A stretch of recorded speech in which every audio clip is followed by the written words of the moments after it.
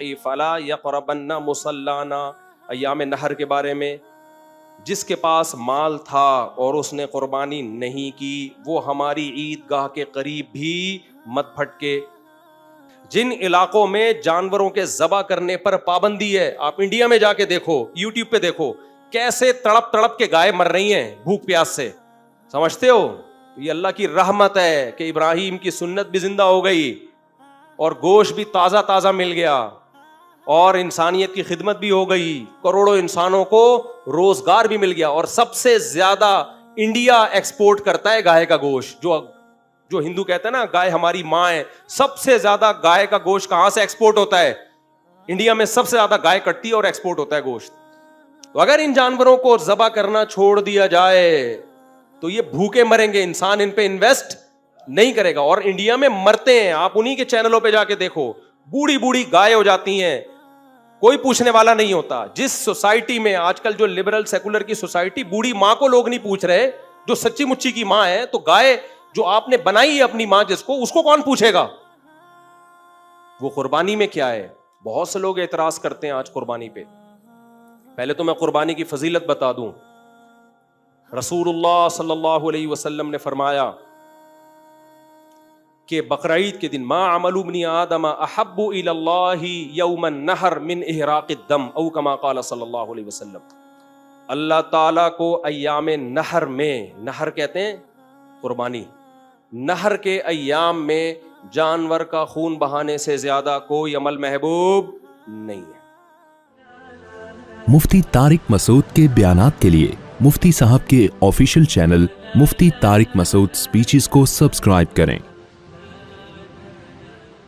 الحمد للہ نحمده ونستعینه ونستغفره ونؤمن به ونتوکل علیہ ونعوذ باللہ من شرور انفسنا ومن سیئات اعمالنا، من يهده اللہ فلا مضل له ومن يضلل فلا هادی له، ونشهد ان لا الہ الا اللہ وحدہ لا شریک له، ونشهد ان محمدا عبده ورسولہ صلی اللہ تعالی علیہ وعلی آلہ واصحابہ وبارک وسلم تسلیما کثیرا کثیرا، اما بعد فاعوذ باللہ من الشیطان الرجیم، بسم اللہ الرحمن الرحیم، لن ینال اللہ لحومها ولا دماؤها ولکن ینالہ التقوی منکم، وقال تعالی انا اعطیناک الکوثر فصل لربک وانحر ان شانئک هو الابتر، وقال النبی صلی اللہ علیہ وسلم من کان له مال فلم یضح فلا یقربن مصلانا، او کما قال صلی اللہ علیہ وسلم۔ قرآن مجید کی چند آیات اور نبی صلی اللہ علیہ وسلم کی ایک حدیث پڑھی ہے۔ اللہ تعالیٰ سے دعا ہے اللہ تعالیٰ صحیح طرح سے بات کہنے کی، سننے کی، سمجھنے کی اور عمل کی توفیق عطا فرمائے۔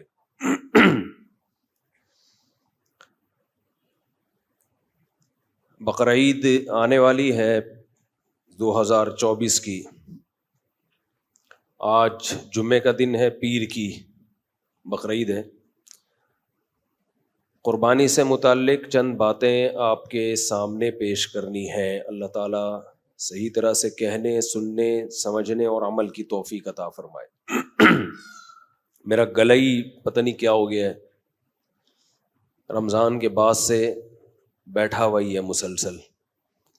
میری جو اوریجنل آواز ہے بہت اچھی ہے، لیکن بہت عرصہ ہو گیا میں نے خود نہیں سنی، مسلسل گلا بیٹھا رہتا ہے۔ 2-3 مہینے آرام ملے گا گلے کو تو پھر اس قابل ہوگا کہ وہ کچھ آواز سیٹ ہو جائے۔ دیکھو بھائی، جب کسی حکم کی حکمتیں سامنے ہوتی ہیں، کسی آرڈر کی حکمت سامنے ہوتی ہے تو اس آرڈر پہ عمل کرنا آسان ہوتا ہے۔ جب آرڈر کی حکمت سامنے نہیں ہوتی تو عمل تو انسان کر لیتا ہے لیکن اس میں دلچسپی نہیں رہتی۔ میں نے اس کی مثال دی تھی کہ آپ کو کوئی ڈاکٹر میڈیسن دے اور بتا دے کہ یہ کیسے کام کرتی ہے، تو پھر اس دوا کو کھانے میں ایک موٹیویشن مل جاتی ہے انسان کو۔ قربانی کیا ہے، حج کیا ہے؟ اللہ تعالیٰ نے انسان کو جو پیدا کیا نا، جو آج ہمارا لبرل سیکولر طبقہ سمجھ نہیں پا رہا ہے اس حقیقت کو، اللہ نے انسان کو پیدا کیا ہے یہ دیکھنے کے لیے کہ یہ مجھے یاد رکھتا ہے یا مجھے بھول جاتا ہے۔ اللہ کو اس سے کوئی غرض نہیں ہے کہ آپ کتنا ڈالر کما لیتے ہیں، کتنا پیسہ کما لیتے ہیں، کتنا بڑا بحریہ ٹاؤن میں آپ نے گھر بنا لیا۔ اللہ کو اس سے کوئی غرض نہیں ہے، اور غرض ہو بھی کیوں؟ یہ تو عیش و عشرت کی چیز ہے نا، اس کا انسانیت سے کیا تعلق ہے؟ کوئی تعلق ہے انسانیت سے اس کا کہ بڑا گھر بنا لیا، بڑی گاڑی رکھ لی؟ یہ تو عیش کی چیز ہے، ہر شخص چاہتا ہے اپنی خواہشات پوری کرنا، گدھے گھوڑے بھی چاہتے ہیں۔ آپ نے قربانی کی گائے لائے ہیں نا، اس کی مرضی کا چارہ رکھیں گے تو شوق سے کھائے گی، نہیں رکھیں گے تو یوں یوں منہ ہلائے گی۔ بھائی جس کو بھی اللہ نے روح دی ہے وہ چاہتا ہے کہ اس کو لذتیں حاصل ہوں، بس جتنا اللہ نے جس کو دماغ دیا ہے وہ اس حساب سے لذتوں کا متلاشی ہوتا ہے۔ گائے کی کھوپڑی اتنی ہے، وہ بس یہی جانتی ہے کہ ہرا کھانا ہے یا سوکھا کھانا ہے، اس سے زیادہ اس میں صلاحیت ہی نہیں دی۔ انسان کو تھوڑی زیادہ صلاحیت دی ہے تو وہ کباب بنا کے کھاتا ہے، کوفتے بنا کے کھاتا ہے، پھر لیونگ اسٹینڈرڈ اس نے بہت اچھا کر دیا۔ انڈا موڑ کا لیونگ اسٹینڈرڈ ایک الگ ہے، ڈیفنس کا تھوڑا سا اونچا ہے۔ جب زیادہ پیسہ آتا ہے آدمی کے پاس، امریکہ کا اور زیادہ اونچا ہے، وہاں بطخیں بھی نظر آ جائیں گی آپ کو جھیل میں تیرتی ہوئی۔ وہاں بطخوں کا لیونگ اسٹینڈرڈ بھی بہت اونچا ہے، وہاں جو بطخیں ڈکس ہیں نا ان کا بھی لیونگ اسٹینڈرڈ بہت اونچا ہے۔ انہیں جو صاف پانی تیرنے کے لیے ملتا ہے وہ ہمیں پینے کے لیے نہیں ملتا۔ تو ہر نفس خواہشات کا متلاشی، ہر نفس یہ چاہتا ہے میری خواہشات پوری ہوں۔ تو یہ کوئی کمال نہیں ہے کہ آپ کے پاس گاڑی اچھی آ گئی، آپ کے پاس خوراک اچھی آ گئی، آپ کی ساری خواہشات پوری ہو رہی ہیں، اس کا انسانیت سے کوئی تعلق نہیں ہے۔ اور ہمارے ہاں مادہ پرست انسان نے انسانیت کو پہچاننے کا جو کرائیٹیریا، جو معیار رکھا ہے وہ یہی رکھا ہے کہ اگر کوئی ٹماٹر کی ریڑھی لگا کے بیٹھا ہوا ہے تو وہ انسان نہیں ہے، کوئی ایئر کنڈیشن روم میں کرسی پہ 3 پیس سوٹ ٹائی پہن کے بیٹھا ہوا ہے عظیم انسان ہے۔ تو اس کا انسانیت سے تعلق بولو نہیں ہے، کچھ بھی نہیں ہے، یہ بیکار کی باتیں۔ تبھی شاعر نے ایک شعر کہا ہے نا، ارے یہ کیا ظلم کر رہا ہے کہ مرنے والوں پہ مر رہا ہے۔ یہ بھی تو مرنے والوں پہ ہی مرنا ہو گیا نا، جو آج سوٹ ٹائی سوٹ بوٹ میں بیٹھا ہوا ہے کل مرے گا کہ نہیں مرے گا؟ لاشوں پہ کیڑوں نے کھانا ہے اس کو، ایسی کی تیسی ختم۔ ارے یہ کیا ظلم کر رہا ہے کہ مرنے والوں پہ مر رہا ہے، جو دم حسینوں کا بھر رہا ہے۔ حسینوں کا دم بھرنا کا مطلب یہ ہوتا ہے کہ جو بھی اٹریکٹیو چیز ہے نا اس کی طرف مائل ہو رہا ہے، اس کی تعریفیں کر رہا ہے، واہ ویل ڈن، شاندار۔ ایک حد تک تو یہ ٹھیک ہے، ایک حد تک ٹھیک ہے، کوئی بھی اچھی چیز انسان کو لگے شاندار ہی کہنا ہے اس نے۔ جیسے ہم نے امریکہ میں گھر دکھائے ویل ڈن، تبھی لوگوں نے تانا کیا، ادھر کہتے ہو مسافر خانہ، ادھر کہہ رہے ہو ویل ڈن، تو اس میں تطبیق دے رہا ہوں میں۔ اچھا لگنا برا نہیں ہے، ایک حد تک لمٹ، زیادہ فری نہیں کراؤ، جانا پھٹے پہ ہی ہے، چاہے امریکہ میں رہو، چاہے جاپان میں رہو، چاہے انڈا موڑ پہ رہو، چاہے پٹیل پاڑا پہ رہو۔ تو ارے یہ کیا ظلم کر رہا ہے کہ مرنے والوں پہ مر رہا ہے، جو دم حسینوں کا بھر رہا ہے، بلند ذوق نظر نہیں ہے. تیری نظر کا جو ذوق ہے نا, تیرا جو ٹیسٹ ہے نا, ٹیسٹ اس کا معیار بہت کم ہے. یہ بالکل ایسے ہے جیسے کسی کو آپ کوئی ایسی خوراک کھلا دیں جس میں بالکل بھی ٹیسٹ نہ ہو, بالکل ٹیسٹ نہ ہو, جلے ہوئے پیاز پڑے ہوئے ہوں اور پرانے آئل میں بریانی پکائی ہوئی ہو کسی نے, اس میں جلے ہوئے پیاز اور دیگ کی کھرچن زیادہ اس میں, اور کسی کو دے دیں آپ, وہ نوالے بھر بھر کے کھا رہا ہو, کہہ رہے یار ایسا ٹیسٹ آج تک میں نے نہیں دیکھا. لوگ کیا کہیں گے, تیرا جو ذوق ہے نا وہ بہت ہی خراب ہے. اس کو آپ بولیں گے یہ تو ہماری بلی شوق سے نہیں کھاتی جسے تو نوالے بھر بھر کے کھا رہا ہے, لگتا ہے تو نے کبھی دیگ کی بریانی دیکھی نہیں ہے. سمجھتے نہیں ہو میرا خیال ہے. تیرا جو نظر کا جو ٹیسٹ ہے نا وہ معیاری نہیں ہے.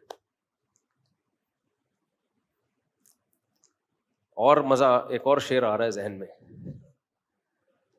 وہ فریب خوردہ ہے تو اس سے میچ نہیں کرتا, تھوڑا شعر اچھا ہے, اب کیا کریں. بعض دفعہ وہ اس موضوع سے میچ نہیں کر رہا ہوتا, لیکن میں نکال لوں گا اس کو, میچنگ نکال لوں گا میں. وہ کہتے ہیں نا, وہ فریب خوردہ شاہی جو پلا ہو کرگسوں میں, اسے کیا خبر کہ کیا ہے راہ و رسم شاہ بازی. بڑا خاندانی شعر ہے. دیکھو شاہین جو شہباز جسے کہتے ہیں نا, اس کا اسٹائل ہی نرالا ہوتا ہے, وہ گندی چیزوں پہ نظر نہیں ڈالتا. گدھ کا کام ہے مردار, جو بحریہ ٹاؤن پہ مر رہا ہے نا وہ گدھ ہے, سمجھ رہے ہو.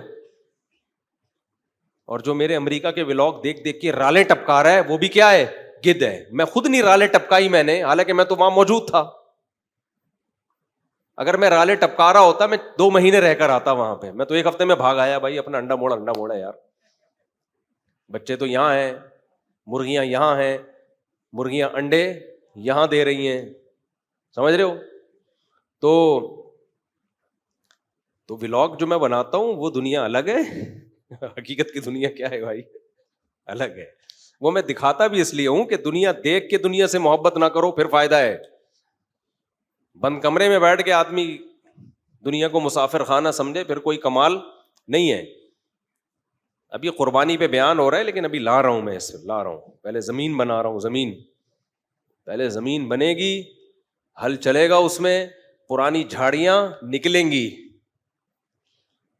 اہل اللہ جو ہے نا, وہ جب مراقبہ کرواتے ہیں نا اللہ کی محبت کا, تو کہتے ہیں پہلے غیر اللہ کی محبت نکالو. پھر وہ مثال دیتے ہیں کہ جب کسان زمین میں پھل بوٹے لگاتا ہے تو خاردار جھاڑیاں پہلے نکالتا ہے. تو یہ دنیا کے گٹر جب تک ابل رہے ہیں نا, بحریہ ٹاؤن جو کھوپڑے کے اندر گھسا ہوا ہے اور اس کے گٹر ابل رہے ہیں, یہ جب تک گٹر نکلیں گے نہیں, نہ اسلام سمجھ میں آئے گا میرے بھائی, نہ اللہ کی محبت آئے گی. اسی پہ مرتا رہے گا, سوٹ بوٹ ٹائی اور گاڑی اور یہ, اور پھر چھچوری باتیں کرے گا کہ امریکہ کی ولاگ دیکھ کے دنیا کی محبت پیدا ہو رہی ہے. تو وہ شعر مکمل کر لوں کہ شاہین جو ہے نا, شاہین شکار کر کے کھاتا ہے نا, اور اس کے شکار کا اسٹائل دیکھو آپ, یوٹیوب پہ دیکھ لو آپ, کیا ایگل بھی ایسا ہی کرتا ہے. کیسے دیکھا ہے نا, ایک بڑی مشہور ویڈیو ہے, ایگل نے جمپ ماری ہے, پانی کے اندر سے سانپ کو پکڑ کے لایا ہے, اور ہوا میں سانپ سے لڑائی ہوئی ہے, ایسے پکڑا ہے پنجوں سے, اس کی فائٹ ہوا میں ہو رہی ہے اتنے لمبے سانپ سے. سانپ کوشش کر رہا ہے ڈسنے کی, اس نے منہ سے اس کو دبوچا ہوا ہے, اور اپنے لیے نہیں کر رہا یہ کام, اپنے بچوں کے لیے. کتنی محنت سے ہوا میں لڑائی, فضائی جنگ ہو رہی ہے باقاعدہ, اور اس کو اٹھا کے اپنے چھوٹے چھوٹے بچوں کے پاس لے کر پھر اس کا سر کھول کے بھیجا اپنے بچوں کی خدمت میں پیش کرتا ہے کہ بیٹا آپ کے لیے آج باربیکیو کا ہم نے انتظام کیا, کوئلے ویلے لے آؤ. یہ اسٹائل کس کا ہے؟ گدھ کا. یہ اسٹائل ہو سکتا ہے؟ گدھ مردوں کے لیے رکھے جاتے ہیں. پارسیوں کے ہاں نا اپنے مردوں کو گدھوں کے حوالے کیا جاتا تھا, اب شاید نہیں کرتے ہوں, تو گدھ مردار کھاتا ہے. گندگی صاف کرنے کے لیے شاہین اور ایگل نہیں رکھا جاتا. میں نے پاناما کے ساحل میں دیکھا بڑی صفائی ستھرائی. مچھلی مارکیٹ میں کبھی آپ ہمارے ہی مارکیٹوں میں گزریں تو پہلی دفعہ جب کوئی گزرے گا تو بے ہوش ہو جائے گا. ہم تو عادی ہو گئے ہیں اس لیے اب بے ہوش نہیں ہوتے. اتنا گند. میں پاناما کی مچھلی مارکیٹ میں گیا تو گند نہیں ہے, گدھ رکھے ہوئے انہوں نے, ذرا سی کوئی گندگی ہوگی گدھ اٹھا کے کھا لے گا. اب ہوا یہ کہ شاہین کا بچہ غلطی سے گدھوں میں کہیں گر گیا آ کے, اور گدھوں کے اندر رہنا شروع کر دیا اس نے. وہ اپنے آپ کو کیا سمجھنے لگا؟ بولو, گدھ. جب گدھ سمجھنے لگا وہ اپنے آپ کو, تو اب حرکتیں بھی کیسی کرے گا وہ؟ گدھوں جیسی. وہ اسٹائل کے عقابی آنکھیں, اور ایسے اسٹائل سے اپنے شکار کو دیکھنا, اور ایسے ناٹک کرنا کہ پہاڑ سے اپنے آپ کو گرا دینا, اور پھر قریب جا کے پروں کو کھولنا. یہ سارے جو باز اور شاہین والے اسٹائل تھے, وہ شاہین کا بچہ گدھوں میں رہ کے وہ اسٹائل, بولو, بھول گیا. اس نے بھی وہی چھچوری حرکتیں شروع کر دی, گدھوں جیسے کام شروع کر دیے. تو فریب خوردہ کا مطلب دھوکہ کھایا ہوا شاہین, جو پلا ہو کرگسوں میں. کرگس گدھ کو بولتے ہیں. جو کرگسوں میں شاہین کا بچہ پلا ہو, اسے کیا خبر کہ کیا ہے راہ و رسم شہبازی. شہباز کے راہ و رسم اسٹائل کیسے ہوتے ہیں, طور طریقے کیسے ہوتے ہیں. کرگسوں میں پلنے والے شاہین کو یہ پتا نہیں ہوتا, وہ تو مردار پہ منہ مارے گا. انسان کو اللہ نے بہت اونچا بنایا ہے, شہوتوں پہ مرنے والا نہیں, گاڑیوں پہ, بنگلوں پہ, پلاٹوں پہ, خواہشات پہ جان دینے والا نہیں بنایا. اس کا جو ذوق نظر ہے بہت اونچا ہے انسان کا. اس میں پیغمبر پیدا ہوتے ہیں. پیغمبروں کی سلیکشن فرشتوں میں نہیں ہوتی, کس میں ہوتی ہے؟ انسان. اس میں ابراہیم خلیل اللہ جیسے لوگ پیدا ہوتے ہیں, اس میں محمد صلی اللہ علیہ وسلم جیسے پیدا ہوتے ہیں, اس میں موسیٰ کلیم اللہ جیسے لوگ پیدا ہوتے ہیں, انبیاء پیدا ہوتے ہیں. ذوق نظر انسان کا بہت بلند. لیکن یہ جب دنیا پرستوں میں پلتا ہے نا, پہلے اپنے ابا اماں کو دیکھا کہ انہوں نے 2 بچوں کے بعد نسل روک لی. کیوں روک لی؟ تاکہ ہمیں کھلانا نہ پڑے. تو ابا اماں سے کیا آئی اس کے دماغ میں؟ توکل آیا یا کنجوسی آئے گی؟ توکل تو گیا, ختم. کون کھلاتا ہے؟ کون بچہ پیدا ہوتے ہی ماں کی چھاتیوں میں دودھ پیدا کرتا ہے؟ جو خدا اتنے ثبوت پیش کر رہا تھا اپنے رازق ہونے کے, اس خدا سے نظر, بولو بھائی یار تم غصہ دے, ہٹ جاتی ہے نظر اس سے. یہ پہلا جرم کرتے ہیں والدین, سمجھتے ہو؟ پہلے دن سے بچے کو بتا دیں دیکھو ہم نے 2 ہی رکھے ہیں کیونکہ ہم اس غربت اور مہنگائی میں 2 سے زیادہ افورڈ نہیں کر سکتے. 2 تمیز سے پل جائے, سونے کے نوالے کھلا دو ان کو, یہ اس 8-10 سے بہتر ہے.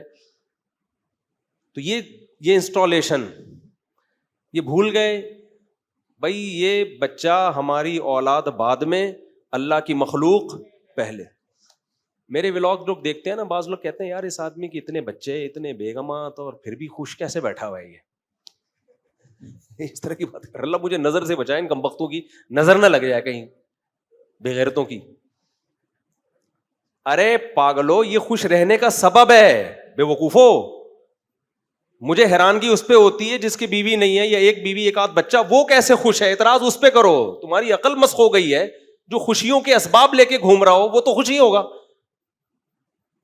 یعنی کیسا میڈیا نے کھوپڑی کو آؤٹ کر دیا ہے کہ جس کے پاس خوشیوں کے اسباب نہیں ہیں اس کو خوش سمجھ رہے ہیں, اور جس کے پاس خوشیوں کے اسباب ہیں اس کی خوشی پہ حیرانگی ہو رہی ہے, یار یہ خوش کیسے ہے.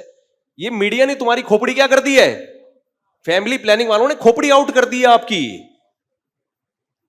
اولاد کو انہوں نے عذاب بنا کے پیش کیا ہے, حالانکہ وہ خوشیوں کا سبب ہے. انہوں نے عذاب بنا کے پیش کر دیا. یہی تو ہم تمہیں 20 سال سے چیخ رہے ہیں کہ اپنے سافٹ ویئر ٹھیک کرو, انگریز کی باتوں میں مت آؤ. انگریز فطرت کا باغی ہے, دشمن ہے. ان کا اپنا فیملی سسٹم برباد. گدے گھوڑے کتوں سے محبت جو قوم کر رہی ہے انسانوں کو چھوڑ کر, تم ان سے سیکھ رہے ہو یار فطرت. جو LGBT کو فروغ دے رہے ہیں وہ تمہیں بتائیں گے فطرت کیا ہے. دماغ خراب کر دیا یار. یا تو میں پاگل ہوں یا سارے پاگل ہیں بھائی, یا تو مجھے بھی اپنے جیسا بنا لو. پھر وہ لطیفہ یاد آتا ہے, کیا کریں یار, ابھی قربانی پہ بات کرنی ہے پھر کیا کریں, لیکن سمجھانا پڑے گا.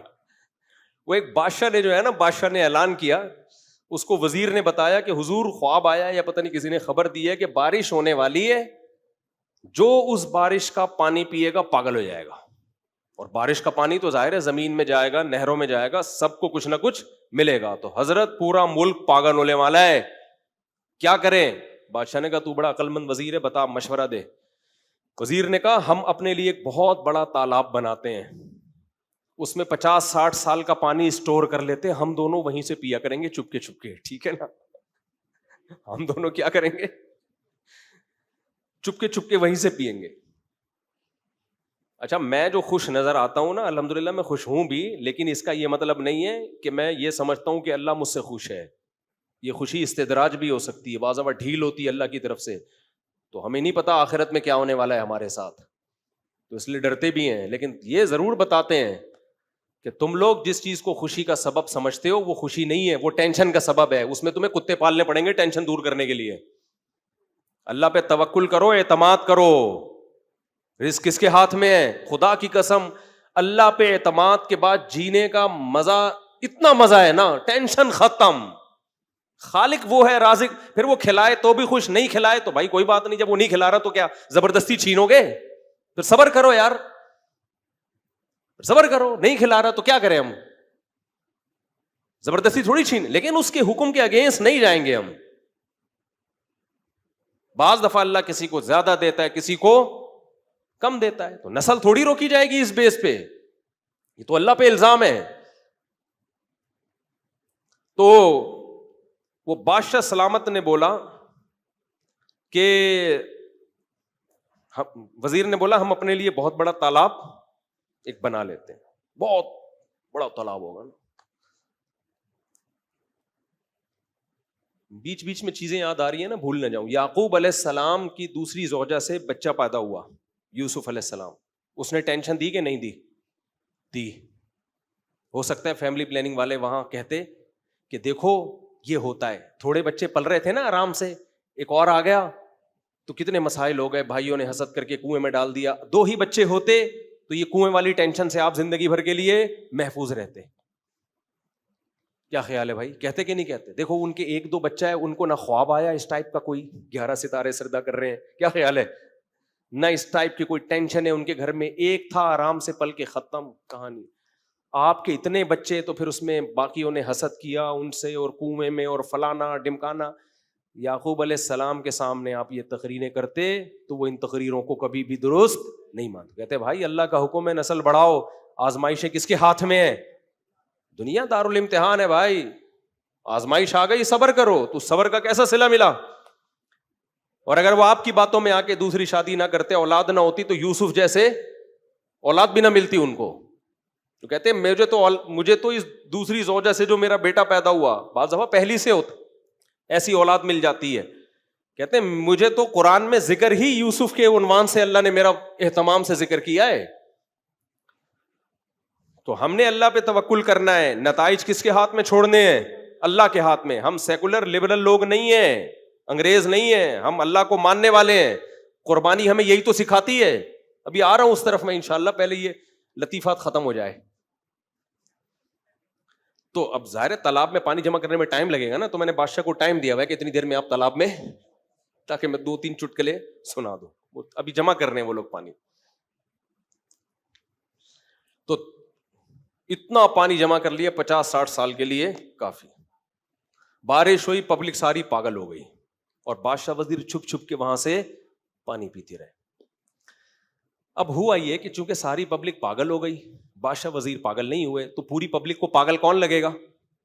بادشاہ وزیر لگیں گے. کیونکہ اب ساری پبلک ایک جیسی الٹی باتیں کر رہی ہے کہ بچے 2 ہی اچھے, بیوی 1 ہی اچھی, نسل مت بڑھاؤ, بڑھاپے میں کتے پالو, پیسے جمع کرو. صحیح ہے نا, وہ کتا تمہاری خدمت کرے گا بجائے اس کے کہ تمہاری اولاد بڑھاپے میں تمہیں پالے. گورنمنٹ کا کام ہے اولڈ ہاؤس کھول کے تمہیں پالنا, پیسہ کماؤ, ملازم رکھو بڑھاپے میں, وہ تمہیں پالیں گے. ملازم کو کون پالے گا بڑھاپے میں؟ یہ نہیں اس کا جواب ان کم بختوں کے پاس نہیں. ایک صاحب نے مجھے کہا بھائی بچے پیدا کرنے کے بجائے بہتر ہے پیسہ کماؤ, بڑھاپے میں ملازم رکھو. کم بخت وہ ملازم بھی جب وہ تو غریب ہے اس کو تو تم اور منع کر رہے ہو بچے پیدا کرنے سے, وہ کس کو ملازم رکھے گا بڑھاپے میں؟ ملازم اور اولاد میں فرق نہیں ہے کیا؟ آپ کہہ سکتے ہو نافرمان اولادیں بھی تو ہوتی ہیں, ریشو کم ہے, اتنی نافرمان کہ ماں باپ کو بھول جائیں. دوسری بات یہ وہ نئی خدمت کرے گی, آخرت میں اللہ اس کا متبادل دے گا تمہیں, آلٹرنیٹ دے گا اس کا. اولاد ہی نہیں ہے تو کیا آلٹرنیٹ ملے گا تمہیں؟ تو اب پوری قوم نے بادشاہ وزیر کے خلاف نعرے بازی شروع کر دی. ہم سب عقل مند ہیں, کیونکہ سب پاگلوں جیسی باتیں کر رہے تھے نا, یہ دو عقل مندی کی باتیں کرتے تھے. تو پوری قوم نے بادشاہ وزیر کے خلاف جلوس نکالنا شروع کر دیا. بادشاہ وزیر پاگل ہیں, ان کو ملک سے نکالو. پھر بادشاہ نے وزیر کو بولا بھائی یہ تو معاملہ سارا کیا ہو گیا ہے, یہ تو پروگرام ہی بڑھنے لگا ہے ہمارا. وزیر نے کہا حضرت ایک ہی مشورہ ہے کہ ہم بھی وہ پانی پی لیں تاکہ ہم بھی ان جیسے ہو جائیں. تو آپ لوگ چاہتے ہو کہ میں بھی پانی پی کے آپ جیسا ہو جاؤں, ایک بیوی دو بچے کی بات کروں, موت مر جاؤں گا میں, ایسی حماقت, میں ویسا پاگل الحمدللہ نہیں, میں فطرت سے کبھی نیچر سے بغاوت نہیں. میں کہتا ہوں عورت گھر کی چار دیواری کے لیے, ملازمت اور جاب کے لیے نہیں ہے, اس کا گھر میں رہنا اس کے لیے زیادہ مفید ہے. یہ لبرل سیکولر طبقے نے نکالا ہے عورتوں کو گھروں سے باہر, اس میں آپ کا بیڑا بعد میں غرق ہوگا, عورت کا بیڑا پہلے غرق ہوگا. ہماری دادیاں نانیاں جن کو کچھ بھی نہیں آتا تھا, عیش والی زندگی گزاری ہے انہوں نے گھروں کے اندر رہ کر, اپنی اولادیں پوتے نواسوں بہووں دامادوں میں. اور آج کی ایجوکیٹڈ خاتون, پڑھی لکھی خاتون جو اچھے جاب کر رہی ہے, خدا کی قسم 50-55 کے بعد ان کی زندگی ایسی بدترین زندگی ہوتی ہے کہ قابل ترس ہوتی ہے, اور ترس کھانے والا بھی کوئی نہیں ہوتا. نیچر سے کب کیوں بغاوت کر رہے ہو؟ یہ تو شکر ہے ہم اس سیکولر لبرل لوگوں کے باتوں میں نہیں آتے, کیونکہ ہمارے پاس مذہب ہے, اسلام ہے, ورنہ ہم بھی وہی احمقوں والی باتیں شروع کر دیتے. ہر کمپنی میں حکم دیا جا رہا ہے کہ لڑکیوں کو بھی رکھو, یہ لا ہے. کمپنی والے کہتے ہیں ہم جب خواتین کو رکھتے ہیں بہت دفعہ کام ویسا نہیں مل رہا ہوتا جیسے آدمیوں کو رکھ کے ملتا ہے. ڈانٹ ہم ان کو سکتے نہیں ہیں, سختی ہم ان پہ کر نہیں سکتے, ہیرسمنٹ کا کیس بن جاتا ہے. ارے کمبختو, یہ گھروں کی زینت بناؤ, 2-3 شادیوں کا رواج سوسائٹی میں ڈالو تاکہ ہر عورت کو اچھا شوہر ملے. یہ اس کی نیچر ہے, اس کو مرد چاہیے زندگی میں. انگریز نے کیا کیا, زنا کو عام کر دیا. انگریز نے اس طور پہ نیچر سے بغاوت نہیں کی کہ بھئی عورت کو مرد ہی نہیں چاہیے, اس نے کہا گدھے گھوڑوں والا سیٹ اپ بنا دیا اس نے. ٹھیک ہے بھائی, یا تو آپ یہ گدھے گھوڑ والا سیٹ اپ قبول کر لو اپنی سوسائٹی کے لیے. جب یہ نہیں کر سکتے کیونکہ اس کے بہت خطرناک نقصانات ہیں, تو پھر وہی جو اسلام کا حکم ہے, بچی بالغ ہو کہاں بھیجو اس کو, اس کے گھر بھیجو. یہ نیچرل ہے, اس میں سکون ہے. اول نظر میں لگے گا ظلم ہے, لیکن حقیقت میں کیا ہے, یہ سکون کی زندگی ہے. صدیوں سے مسلمان یہی زندگی گزارتے آ رہے ہیں. وہ ایک پاگل کا بیان آیا تھا کہ عورت جو ہے نا, وہ اس کو آپ جاب دلائیں, کہیں اس کو طلاق ہو گئی تو کہاں سے کمائے گی, بیوہ ہو گئی.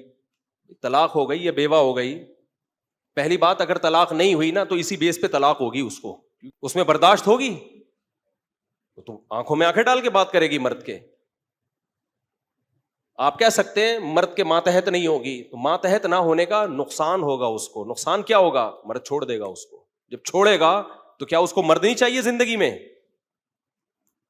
اللہ نے آدم کو پہلے پیدا کیا, ہوا کو بعد میں. آدم نے کچھ وقت ہوا کے بغیر گزارے, ہوا نے 1 سیکنڈ بھی آدم کے بغیر نہیں گزارا. یہ بتا دی اللہ نے جب انسانیت کی ابتدا تھی کہ مرد عورت کے بغیر سروائیو کر سکتا ہے, عورت مرد کے بغیر سروائیو نہیں کر سکتی. اس کے لیے پہلے مرد کا انتظام کیا اللہ نے. سمجھتے نہیں ہو بات کو. آج خواتین کہتی ہیں مردوں کے بغیر گزارا کر لیتی ہیں, نہیں ہوتا آپ کا گزارا, جھوٹ بولتی ہو آپ, ٹوپی کرا رہی ہو. شوہر نہیں ملتا تو ادھر ادھر چکر چلاتی ہو. ٹک ٹاک پہ لڑکیاں کیوں طوائف بن کے ناچ رہی ہیں؟ مردوں کو اٹریکٹ کرنے کے لیے, لڑکیوں کو اٹریکٹ کرنے کے لیے, یا ہیجڑوں کو اٹریکٹ کرنے کے لیے نہیں ہو رہا یہ سب کچھ. چھوڑو, نہیں آ رہی سمجھ میں تو ایسے ہی ٹھیک ہے بھائی, کیا کریں, کس کس سے لڑے یار. مجھے ایسے ہی لگتا ہے تو میں پاگل ہو گیا ہوں یا باقی سب پاگل ہو گئے ہیں, سوائے علماء صلحاء جو دین پہ چلتے ہیں.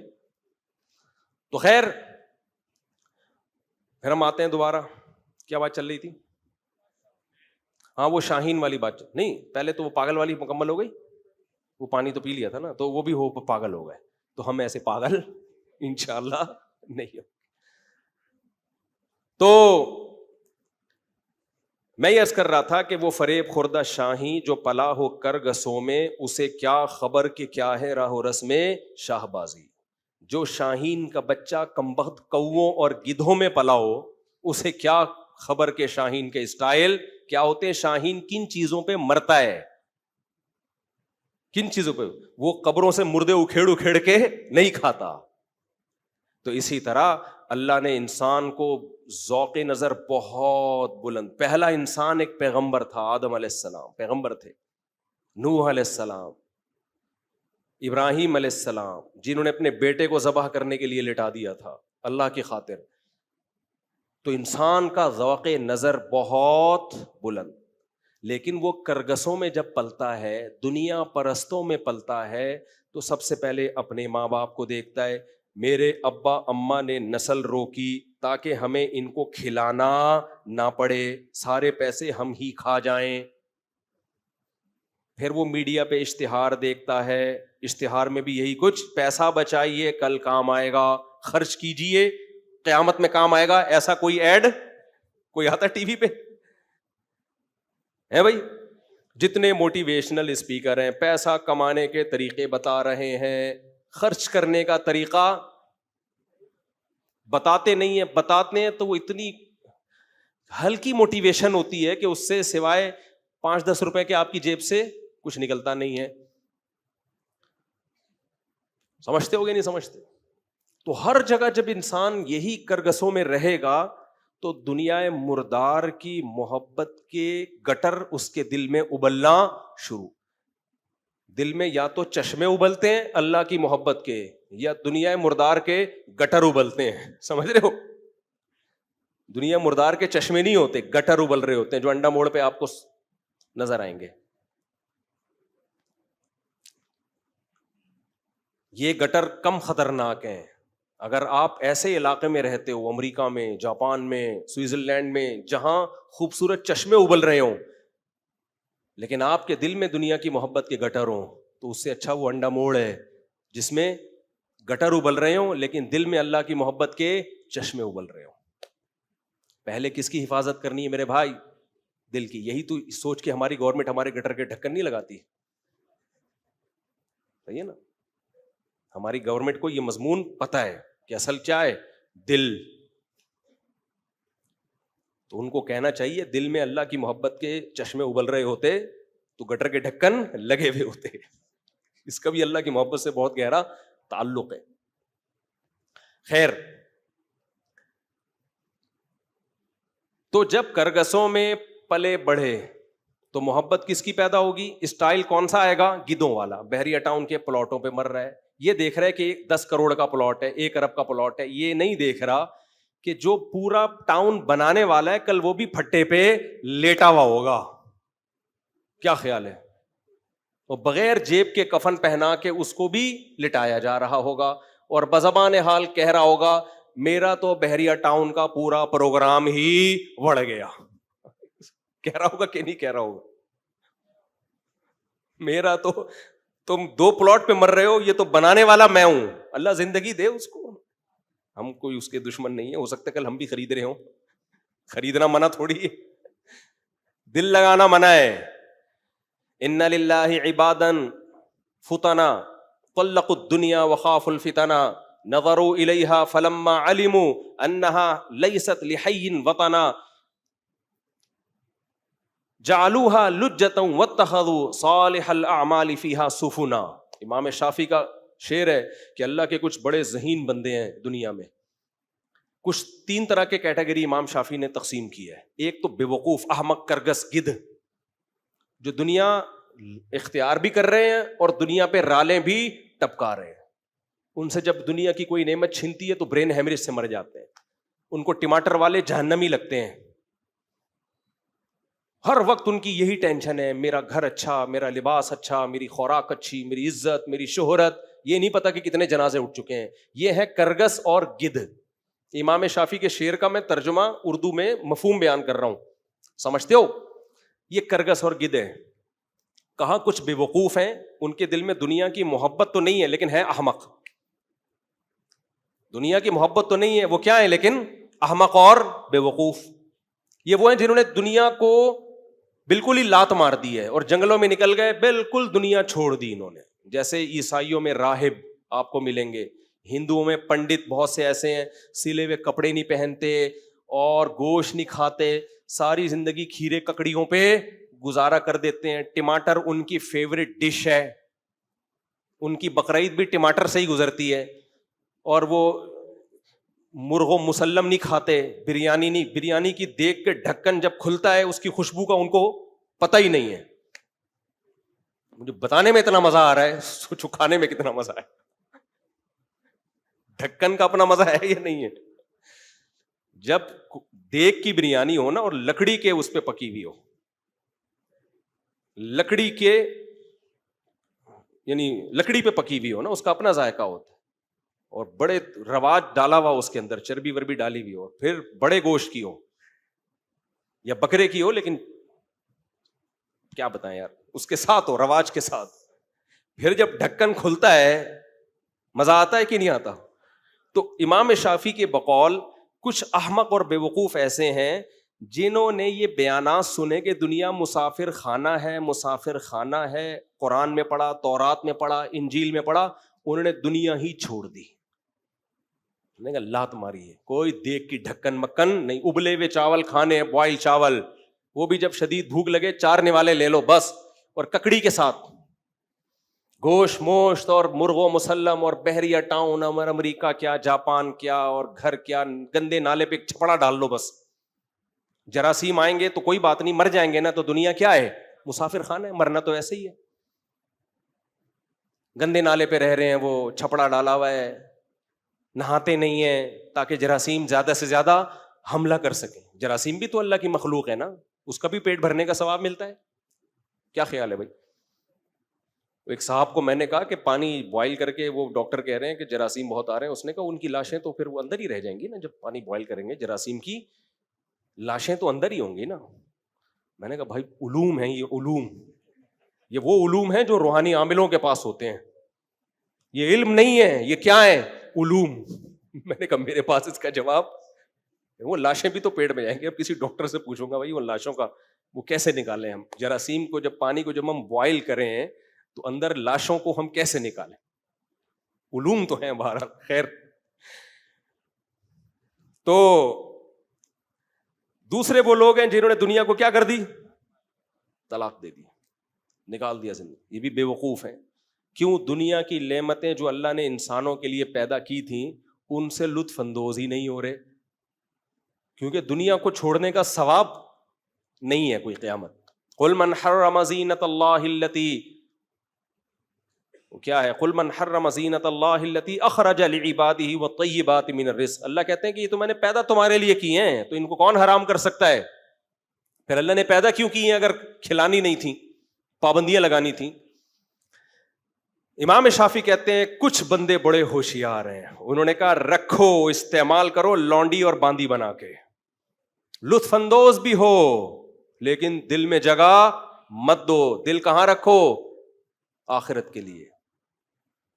نہیں آئی میرا خیال ہے بات؟ رکھو, انجوائے کرو, نعمتیں حاصل کرو, دل میں جگہ مت دو. اب آپ کہہ سکتے ہو یار لطف اندوز بھی ہوں اور دل میں جگہ بھی نہ دیں, یہ دونوں چیزیں کیسے جمع ہو سکتی ہیں؟ بالکل جمع ہو سکتی ہیں. کسی کو باپ بنا کے, کسی کو باپ بھی بنایا جا سکتا ہے اور کسی کو غلام بنا کے بھی اس سے خدمت, بولو نا, لی جا سکتی. یہ وہ لوگ ہیں جنہوں نے دنیا کو باپ بنا لیا ہے. ملازم بناؤ گے تو خدمت زیادہ لوگے, لیکن ملازم کے مرنے پر اتنا غم نہیں ہوتا جتنا عزت داروں کو باپ اور ماں کے مرنے پر یا بیوی کے مرنے پر ہوتا ہے. دوسرا, آپ کے دل میں دنیا گھسی ہے کہ نہیں گھسی, اس کا معیار یہ ہے کہ چھننے پہ غم کتنا ہوتا ہے. لطف اندوز دنیا سے سب ہوتے ہیں, لیکن جن کے دل میں دنیا ہوتی ہے ان کو دنیا چھننے کا غم بہت ہوتا ہے. جن کے دل میں دنیا نہیں ہوتی ان کو چھننے کا غم نہیں ہوتا.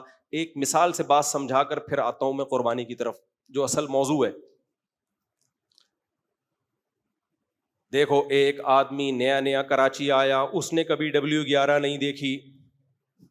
اس کو آپ نے مشورہ دیا, بھائی تو نیو کراچی سے فلاں علاقے میں جانا ہے, W11 میں. وہ ہمیشہ پیدل سفر کرتا تھا. ہمیشہ کیسے سفر کرتا تھا؟ پیدل. اب اس کو جگہ مل گئی W11 میں سیٹ پہ کھڑکی والی, گانا بھی اچھا سا لگا دیا اس کے مطلب کا, کیونکہ گانے بہت لگے ہوتے تھے W11 میں, آپ کا پتہ نہیں مجھے. گانا بھی کون سا لگا دیا اس کی مرضی. بہت سے لوگ تو W11 میں سفر ہی گانوں کے چکر میں کر رہے ہوتے ہیں. W11 والوں سے گزارش ہے کہ اتنے لوگوں کا گناہ اپنے سر پہ لے کے کیوں جا رہے ہو.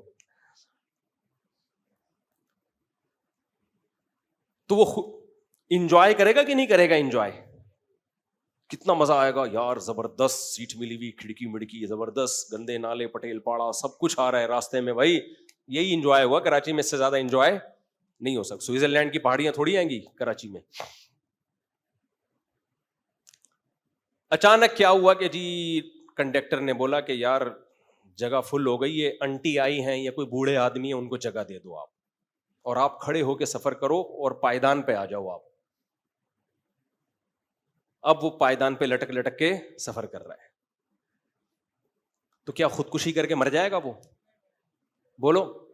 بولے گا یار میری تو زندگی کیا ہو گئی برباد, مجھ سے تو چھن گئی, کھڑکی والی سیٹ چھن گئی.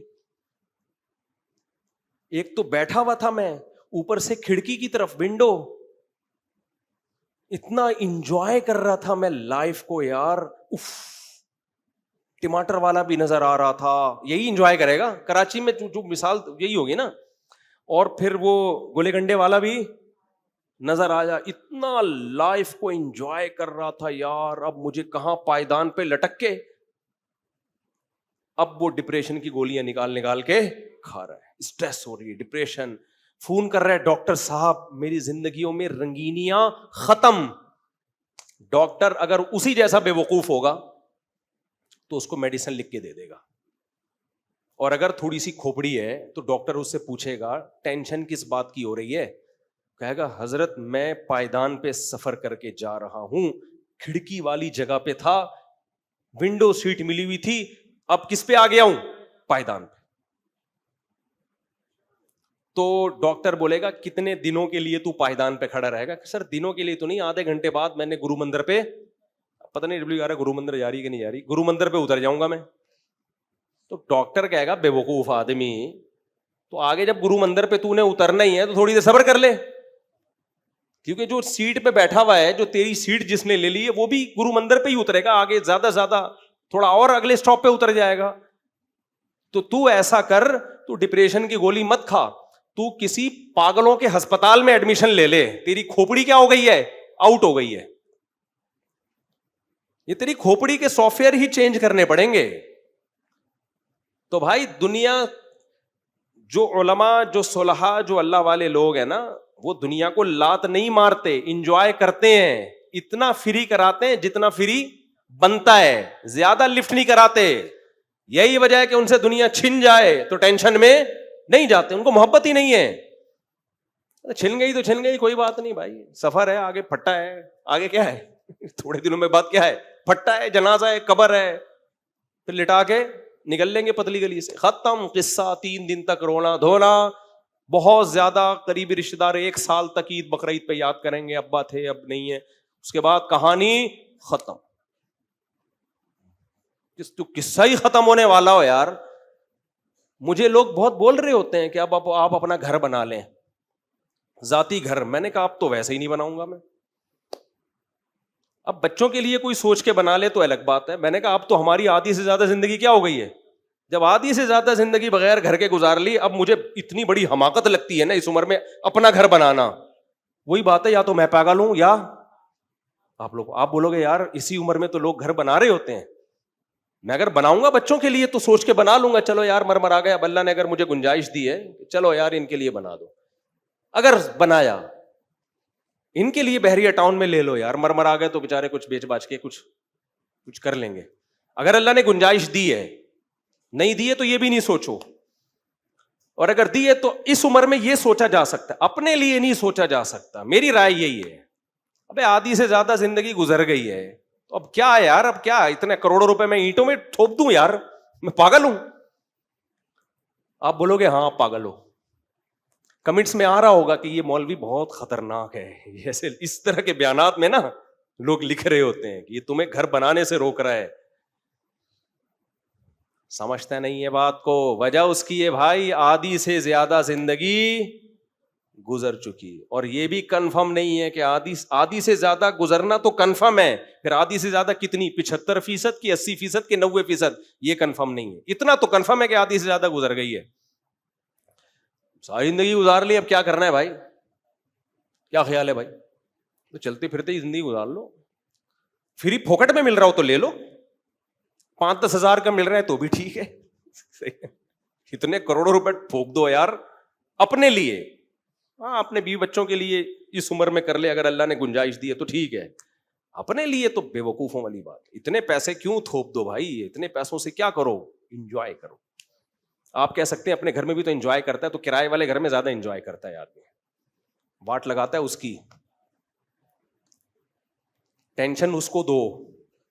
آپ نے اپنا گھر کسی کو کرائے پہ دے دیا نا, آپ کے کروڑ روپے لگے, ٹینشن وہ دے گا آپ کو. تو ہمیشہ دوسرے کی حماقت سے فائدہ اٹھایا کرو. اس نے کروڑوں روپے بنائے, آپ چند ہزار کرایہ دے کے فل ٹینشن دو اس کو, کیونکہ جو کرایہ دار ٹائم پہ کرایہ نہیں دیتے, کرایہ بڑھاتے نہیں ہیں. مکان کی ایسی اتنا کمبخت, جب کرایہ دار مکان خالی کر کے جاتا ہے نا, کمبخت نے اتنا کرایہ نہیں دیا ہوتا جتنا مالک مکان کی ریپیئرنگ پہ لگا دیتا ہے پیسہ, کخ بھی ہاتھ میں نہیں آتا. خیر اب یہ کہاں میں قصہ لے گیا یار, اب آپ لوگ بولو گے کس قسم کی باتیں مولوی صاحب نے شروع کر دی ہیں. اس قسم کی باتیں ہی بھائی ہم کرتے ہیں, کیا کریں. تو وہ پائیدان پہ جس کو کھڑا کر دیا نا, وہ ٹینشن میں نہیں جائے گا. وہ کہہ رہا ہے تھوڑا مزہ وہاں زیادہ آ رہا تھا, یہاں کیا ہو رہا ہے, تھوڑا کم آ رہا ہے. یہی ہوگا, اس سے زیادہ کچھ بھی نہیں ہوگا. باقی آگے اڈے پہ اتر جائیں گے, قصہ ختم, بھول جائیں گے. کھڑکی والی سیٹ ملی تھی, یا دیکھو جو نیا نیا جہاز میں سفر کرتا ہے نا پہلی دفعہ, وہ ونڈو سیٹ پہ بیٹھتا ہے, بڑا انجوائے کرتا ہے نا وہ. میں اپنے بچوں کو فرسٹ ٹائم جب جہاز میں لے کر گیا, ونڈو سیٹ پہ ان کے پھڈے ہو رہے ہیں, ہمیں تو اچھا لگ رہا تھا.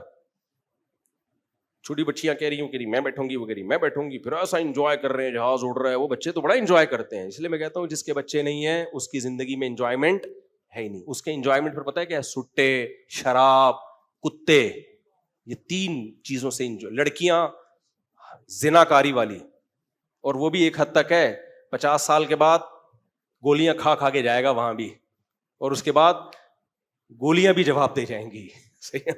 بڈھا ہو کے مرے گا سڑی ہوئی موت. تبھی تو میں کہتا ہوں ان ملکوں کا ایک باہر کی دنیا ہے, ایک اندر کی دنیا ہے. اس پہ لبرل لوگ بہت مجھے برا بلا کہتے ہیں, مفتی صاحب بہت مبالغہ کر رہے ہیں. مبالغہ نہیں کر رہے ہم, یہ جو کہتے ہیں نا وہاں بھی بہت لوگ خوش ہیں, یہ مسلم فیملیاں خوش ہیں, کلچر یہی والا رکھا ہوا ہے اور سہولتیں وہاں والی. پھر وہاں بھی جب خوش ہو گئے امریکہ جاپان میں, جب مذہب ہے آپ کے پاس تو پھر وہاں آپ یہاں سے یقیناً زیادہ خوش ہو گئے. لیکن اگر مذہب نہیں ہے میرے بھائی, تو پھر وہ تمام تر دنیا کی رنگ رلیاں آپ کے دلوں میں سکون نہیں ڈال سکتی ہے. فطرت سے بغاوت کی تو دنیا میں فطرت انتقام لیتی ہے. تو خیر, تو اللہ چاہتے ہیں کہ یہ بندہ دنیا کو مسافر خانہ سمجھے, اور اللہ نے اس کو پیدا کس کے لیے کیا, بولو, اپنے لیے. تو اللہ کی نظر میں کامیاب انسان وہ ہے جو اللہ کے حوالے کر دے اپنے آپ کو, جس کو عبودیت کہا جاتا ہے.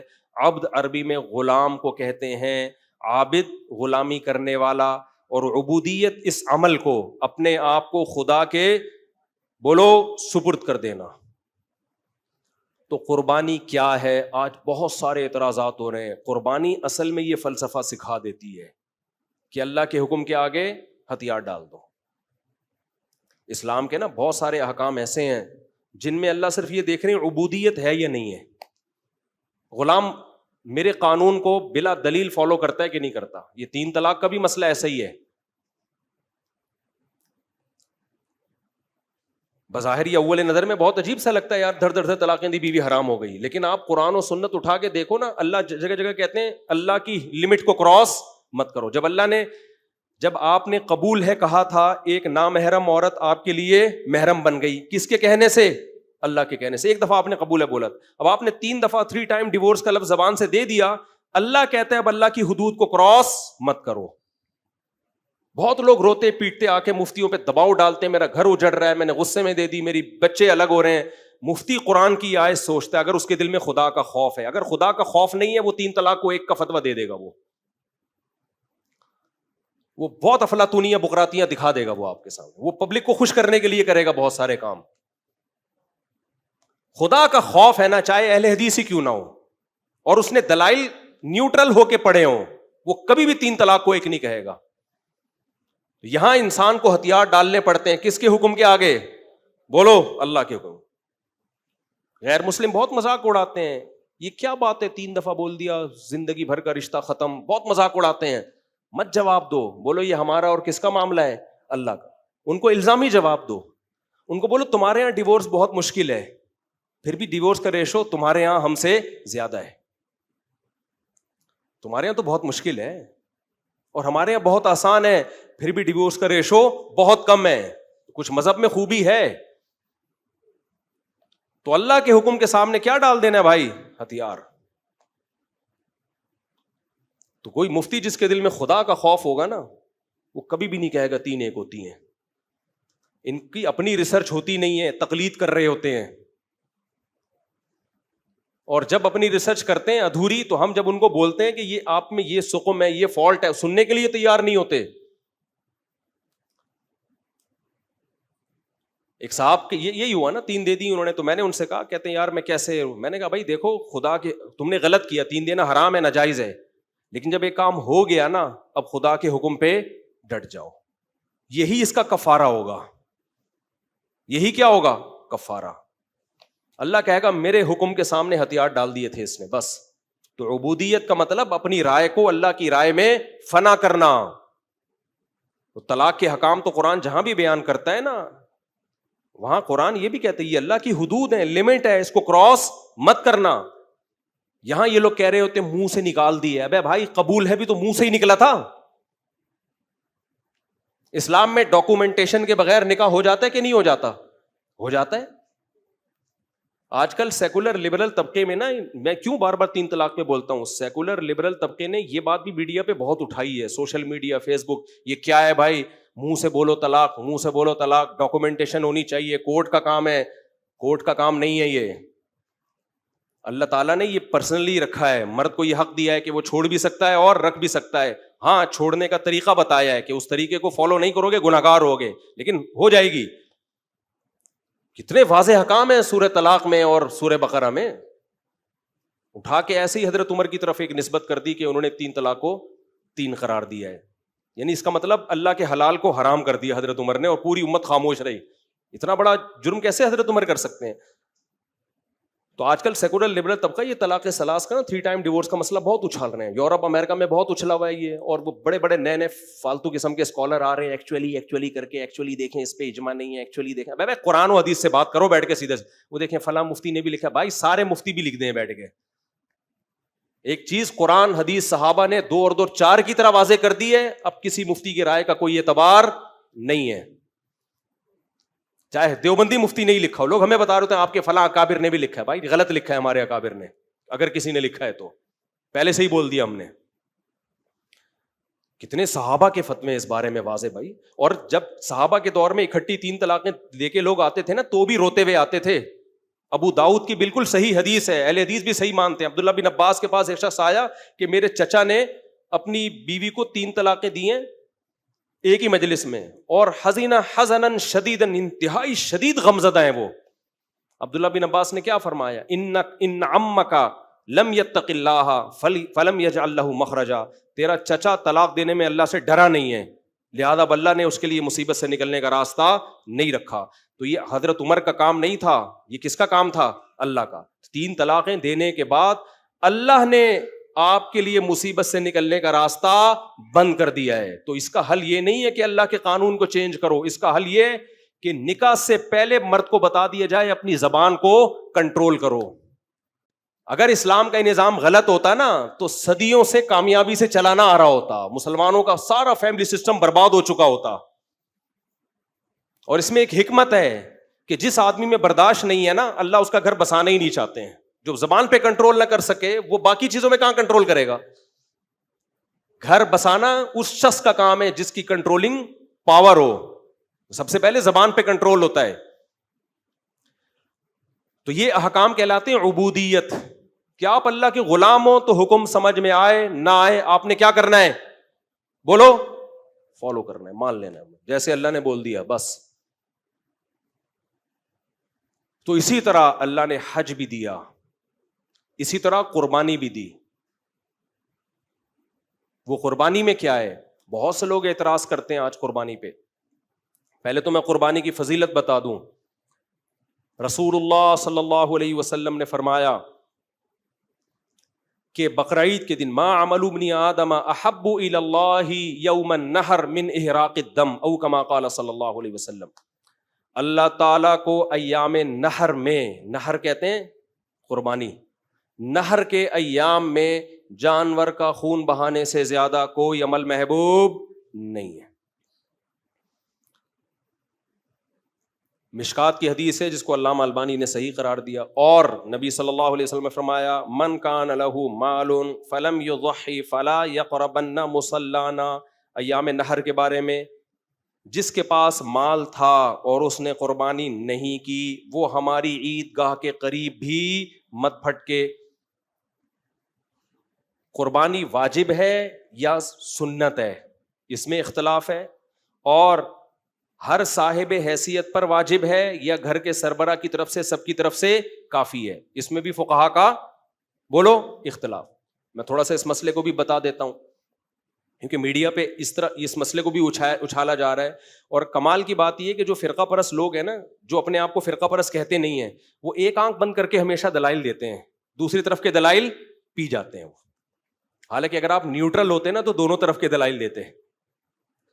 اب بر صغیر میں فقہ حنفی رائج ہے، آپ کیوں وہاں پر دوسری رائے لوگوں کے سامنے پیش کر کے ان کے دماغوں کو میں تشویش ڈال رہے ہو؟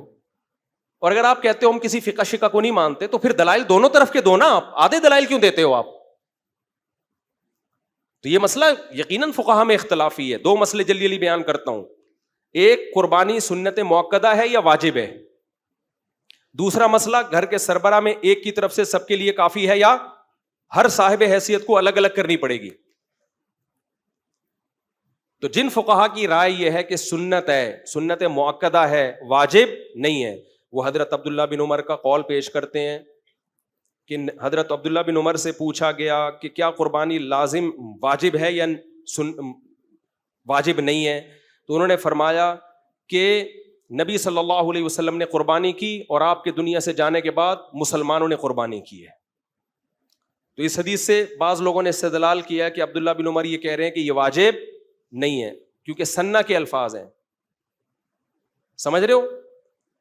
تو اس کا جواب خوب سمجھ لیں، صحابہ کے دور میں سنت کا لفظ اصطلاحی سنت مراد نہیں ہوتی تھی، اس سے یہ جو ٹرمز ہیں نا سنت واجب یہ تو بعد کی ایجاد ہیں۔ صحابہ کے دور میں سنت کا مطلب تھا طریقہ، وہ واجب بھی ہو سکتا ہے اور مستحب کو بھی کہا جا سکتا ہے۔ وہ تو اس حدیث سے یہ نہیں پتہ چلتا کہ یہ سنت ہے واجب نہیں ہے، بلکہ عبداللہ بن عمر کے طریقے سے یہ پتہ چلتا ہے کہ وہ سامنے والے کو کہہ رہے ہیں کہ اس بحث میں مت پڑو کہ واجب ہے یا سنت ہے، نبی نے کی اور نبی کے بعد مسلمانوں نے کی ہے، تم بھی کرو۔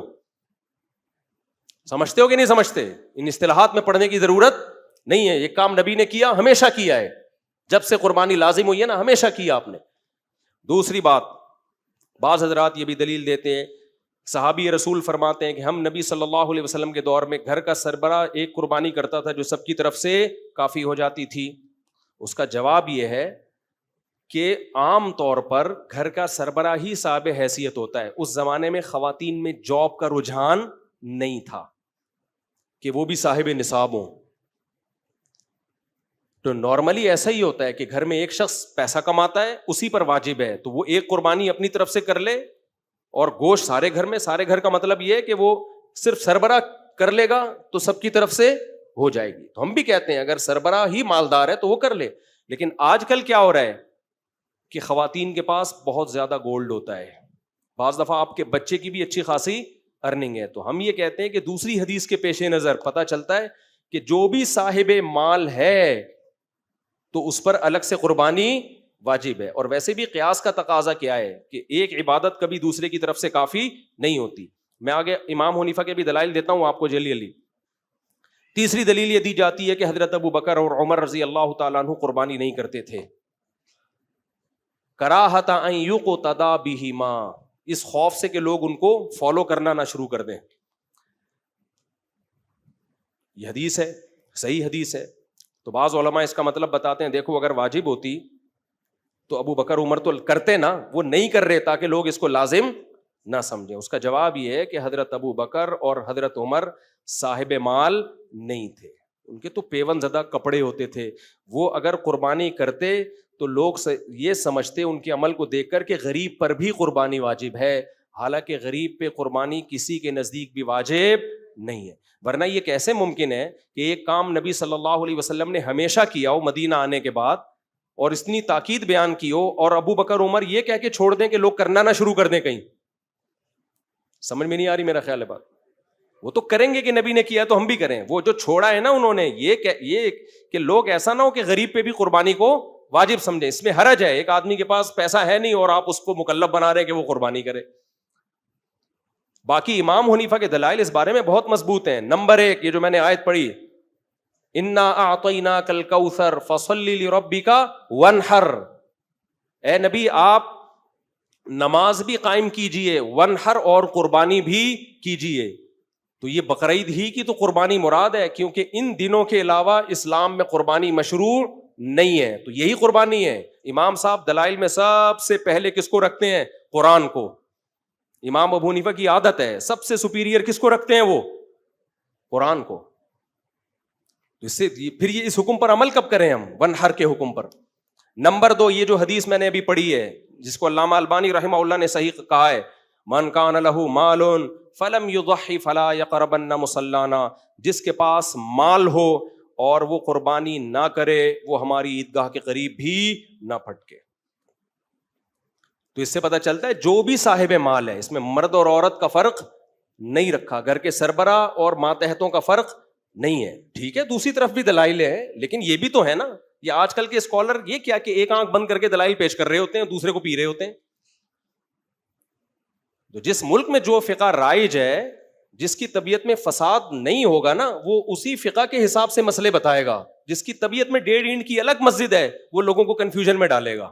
کتنے لوگوں کے فون آ رہے ہیں, فلاں کہہ رہے ہیں لازم نہیں ہے, فلاں کہہ رہے ہیں ایک سب کی طرف سے کافی ہے, فلاں یہ کہہ رہے ہیں. بھائی ہمارے ایک دوست ہیں اہل حدیث, وہ اس طرح کی کمپین چلا رہے ہیں, اچھے سمجھدار ہیں. میں نے ان کو میسج بھیجا, میں نے کہا جب آپ کو پتہ ہے یہاں سب فقہ حنفی کو فالو کرتے ہیں اور اس میں بھی دلائل ہیں, تو آپ کیوں لوگوں کو ایک 1.5 اینٹ کی الگ تبلیغ کر رہے ہو بیٹھ کے؟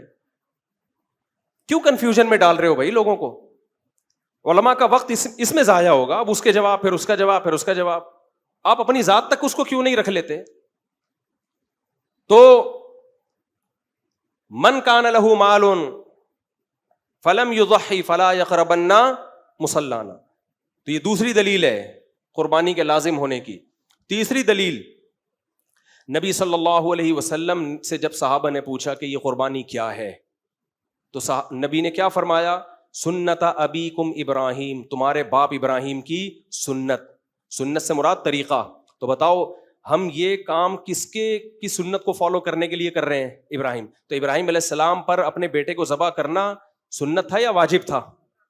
بولو نا. واجب تھا, لازمی حکم تھا. نہیں آئی بات. تو ان کی سنت میں جب ہم قربانی کریں گے تو لازمی طور پہ ہی کریں گے, آپشنل بولتے کیوں نہیں کریں گے. ہذا من المواہب, یہ علماء سمجھتے ہیں اس کا مطلب کیا ہے. آدھا منل، یہ جو پوائنٹ ہے نا، یہ من المواہب ہے. یہ آپ کی سمجھ میں نہیں آئے گا، علماء کو پتہ کیا کہہ رہا ہوں میں. تو ابراہیم علیہ السلام کا طریقہ بتایا ہے. تو ابراہیم علیہ السلام کے لیے آپشنل نہیں تھا. یا ابت افعل ما تؤمر، بچے نے کہا اے ابا اللہ کی طرف سے آپ کو جو آرڈر ہے آپ اس آرڈر پہ عمل کر لیں.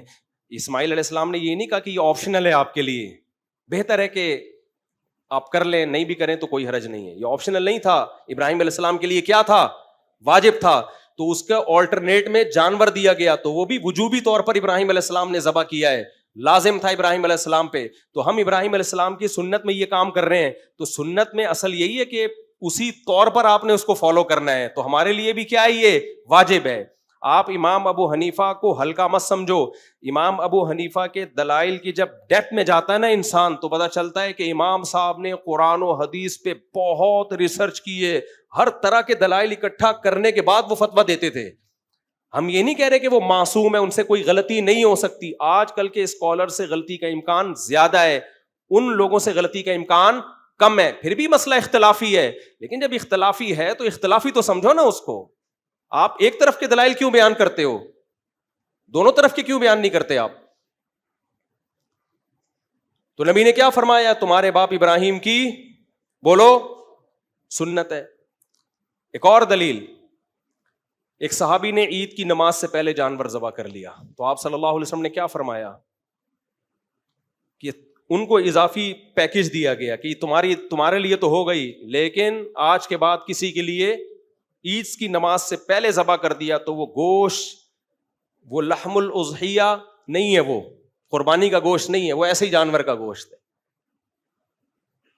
تو یہ جو آپ صلی اللہ علیہ وسلم نصاب بتا رہے ہیں کہ عید کی نماز سے پہلے نہیں ہوگا اگر کر دی، تو یہ بھی وجوب کی طرف اشارہ ہے، کیونکہ اس طرح کی قید قیودات عام طور پر اس حکم میں لگتی ہیں جو واجب ہوتا ہے، ورنہ آپشنل ہوتا تو آپ کہہ رہے کوئی بات نہیں، تم نے اگر عید سے پہلے کر دیا ہے تو کوئی لازم تو ہے نہیں، اللہ قبول کرنے والا ہے، عید کے بعد کرنا ہو تو کر لینا، نہیں کرنا ہو تو نہیں کرنا. لیکن آپ نے کیا فرمایا؟ اصولی طور پر تم پہ دوسرا جانور لازم تھا، یعنی مطلب حدیث کا یہی ہوگا، لیکن تمہارے لیے اللہ نے اجازت دے دی ہے.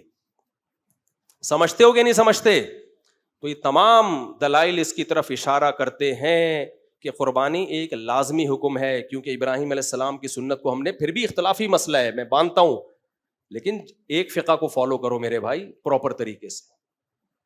تو ہم فقہ حنفی کو فالو کرتے ہیں، تو پھر یہ نہیں کہ جب آسانی نظر آئے تو ادھر کو لڑک گئے، اور جب مشکل نظر آئے، جب آسانی نظر آ رہی ہے تو ادھر کو لڑک گئے، مشکل نظر آ رہی ہے تو ادھر کو چلے گئے.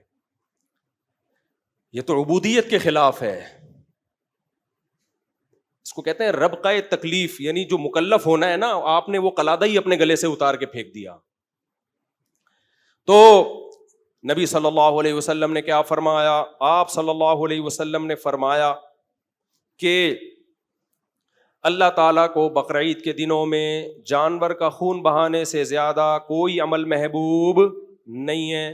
نمبر 2، پھر آپ نے یہ بھی فرمایا کہ یہ جانور اپنے خون اور کھر کے ساتھ ترازو میں، یعنی اس کا اجر تولا جائے گا، او کما قال صلی اللہ علیہ وسلم. فطیبوا بہا نفسکم، فرمایا خوش دلی سے کیا کرو قربانی.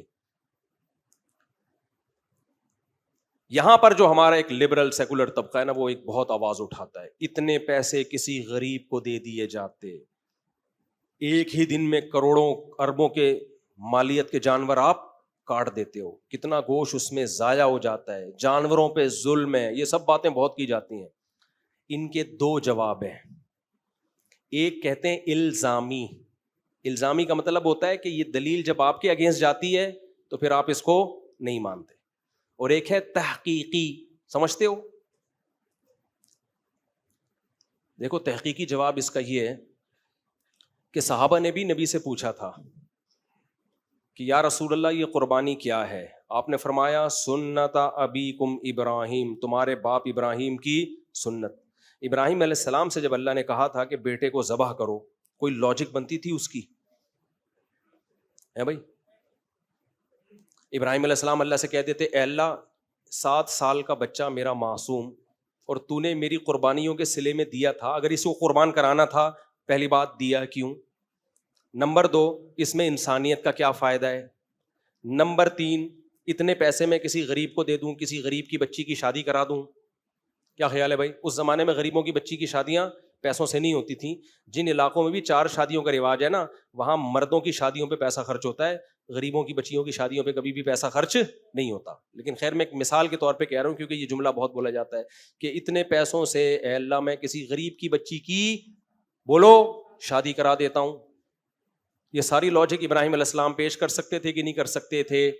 اے اللہ تو جو ہے اس کی ماں کو کیا میں بتاؤں گا کہ بچہ کہاں گیا جو میں مکہ میں چھوڑ کر گئی تھی, جس کی ایڑیوں سے زمزم کا چشمہ نکلا تھا.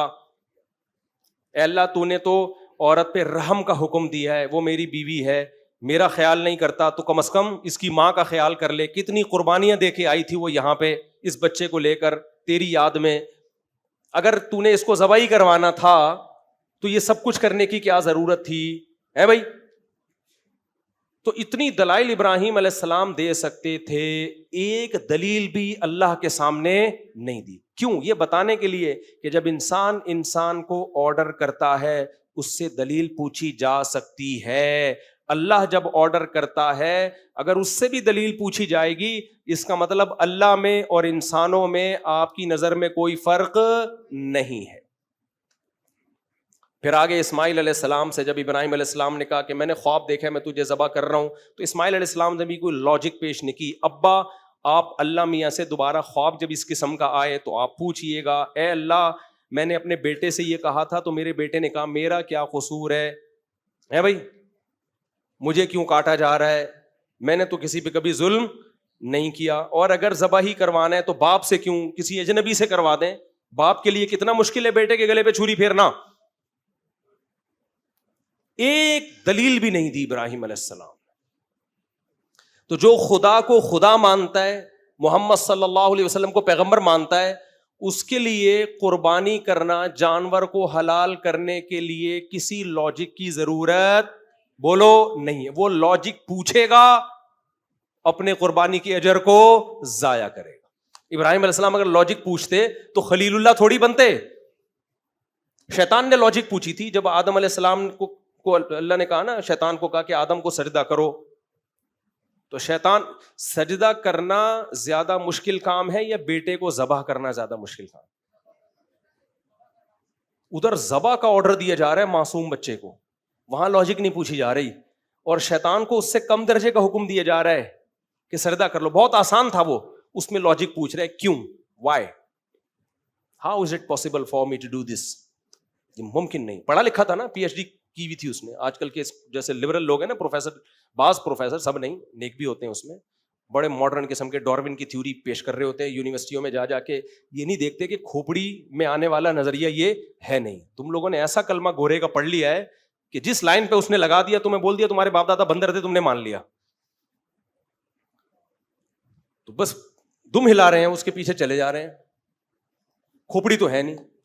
جس کی کھوپڑی ہوتی ہے وہ ہر ایک سے حکم کی لاجک پوچھتا ہے, مگر اللہ سے لاجک نہیں پوچھتا. اس کو پتا ہے کہ اللہ ویسے بھی تو موت دے سکتا ہے اس کو. کیا خیال ہے, اللہ مجھے کہہ رہے بچہ ذبح کرو, میں نے نہیں کیا تو ہو سکتا ہے صبح لاش ملے اس کی, مجھے کوئی بیماری مسلط ہو جائے. ہر وقت اللہ کے ہاتھ میں ہے کہ زندگی اور موت ہے نا, تو ویسے بھی تو کر سکتا ہے. آج نہیں کاٹا تو ہو سکتا ہے اللہ رات کو کوئی موت دے دے اس کو, ویسے ہی اٹھا لے. اللہ کہہ رہا ہے صدقہ کرو, آپ نہیں کر رہے, تو کیا اللہ کو یہ کے پاس یہ طاقت نہیں ہے کہ ویسے ہی آپ کا مال ضائع کر دے؟ تو بہتر نہیں ہے وہ خود کہہ رہے تمیز سے دے دو, کیا خیال ہے, شرافت سے صدقہ کر دو. عقل مند آدمی اللہ کے حکم کے آگے ہتھیار ڈال دے گا. وہ کہے گا بھائی میرا اللہ سے زیادہ خیر خواہ کوئی ہو نہیں سکتا. ہو سکتا ہے اس کی موت لکھی بھی ہو, تو اللہ نے مجھے کہہ دیا کہ تو کاٹ دے تو ثواب پا جائے گا. تو ہم اللہ کو مانتے ہیں, اللہ کے رسول کو رسول مانتے ہیں, تو اس لیے ہمیں جب اللہ نے حکم دے دیا, غیر مسلم کہتے ہیں عیاشی ہوتی. میرے بھائی یہ جو ہم بیل لے کر آئے ہیں نا, ابھی ولاگ میں دیکھا ہوگا, ایک 1,65,000 کا, ایک 1,90,000 کا, یہ بقرعید کے بعد آدھی قیمت پہ مل رہا ہوگا. اگر ہم نے گوشت کھانے کے لیے یہ چیزیں خریدی ہوتی تو بقرعید کے دنوں میں اتنے ڈبل قیمتوں پہ نہ لے کر آتے. گلی میں دیکھو, محلے میں آ کے ہمارے مزہ خدا کی قسم کراچی میں قربانی کا، کیسے لوگ فیملیوں کے ساتھ گایوں کے ساتھ بیٹھے ہوئے پوری رات چائے پی رہے ہوتے ہیں، حقے کے دور چل رہے ہیں، کیا مزہ ہے یار. کبھی سوچ رہا ہوں یہ ولاگ بناؤں اپنی گلی کا، کتنے جانور آ گئے ہماری گلی میں جو کبھی یہاں ایک بکری بھی نظر نہیں آتی گلی میں، سارے بیٹھی ہوئی ہیں اور سب ماشاءاللہ گائیں بیٹھی ہوئی ہیں، اور لوگ اپنی فیملیوں کے ساتھ نا، بیوی بچوں کے ساتھ، ماں باپ کے ساتھ، پوری بہویں داماد کبھی جو اکٹھے ہوئے نہیں تھے زندگی میں، گائے کی لالچ میں سارے اکٹھے ہو جاتے ہیں، بیٹھے ہوئے ہوتے ہیں تمبو لگا کے. کراچی میں یہ ماحول چلتا ہے بقرعید کے دنوں میں، بڑا مزہ آتا ہے یہ دیکھ کے، مجھے تو بڑا اچھا لگتا ہے. لوگ بیٹھے ہوئے ہیں یار اپنی فیملیوں کے ساتھ، خواتین کو چاہیے ویسے پردہ کر کے بیٹھیں، تو فیملیوں کے ساتھ بیٹھے ہوئے ہیں اور چائے کے دورے چل رہے ہیں، گپ شپ لگا رہے ہیں. تو ٹھیک ہے یار، اللہ تعالیٰ کہہ رہے ہیں انجوائے کرو، کیا خیر ہے، تہوار ہے نا. لوگ امریکہ اور یورپ سے چھٹی لے کے آ جاتے ہیں انڈا موڑ. میرے دوست یو کے سے انڈا موڑ آئے ہوئے ہیں بقرعید میں، کہہ رہے ہیں یار وہ انجوائے یہاں ہوتا ہے بقرعید، وہاں نہیں ہوتی. تو اللہ نے حکم دیا کیا کرنا ہے بھائی، کاٹنا ہے. تو بس، تو شیطان کو اللہ نے کہا تھا آدم کو سجدہ کرو، شیطان نے کیا کہا، بہت آسان حکم تھا، ایک سجدہ کر کے اڑ جاتا، شیطان نہ بنتا وہ. اس نے کہا کیوں، وائی، جتنا ٹائم میں سجدہ میں لگاؤں گا میں کسی غریب کی بچی کی شادی نہیں کرا دوں اس میں، کیا خیال ہے کیا خیال.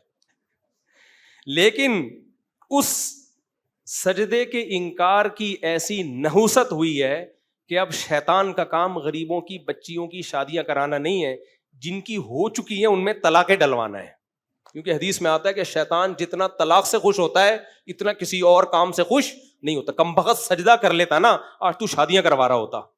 تو یہ جو سیکولر لبرل طبقہ کہتا ہے نا کہ قربانی کرنے سے بہتر ہے غریب کی شادی کرا دو، بچیوں کی جہیز دلوا دو، یہ زبان سے تو یہ کہہ رہا ہوتا ہے، لیکن جو قربانی کے منکر ہیں ایسے لبرل سیکولر لوگ شادیاں کم کرواتے ہیں، طلاقیں زیادہ ڈلواتے ہیں، کیونکہ یہ لڑکیوں کو آزاد بناتے ہیں. جاب کرو، ایکچولی تمہارا بھی حق ہے شوہر کی آنکھوں میں آنکھیں ڈال کے بات کرنا، ساس ہوتی کیا ہے، اس کی کیا خدمت، گھرداری کیا ہوتی ہے، ترقی کرو. انگریز چاند پہ پہنچ گیا اور تم کچن سے باہر نہیں نکلتی.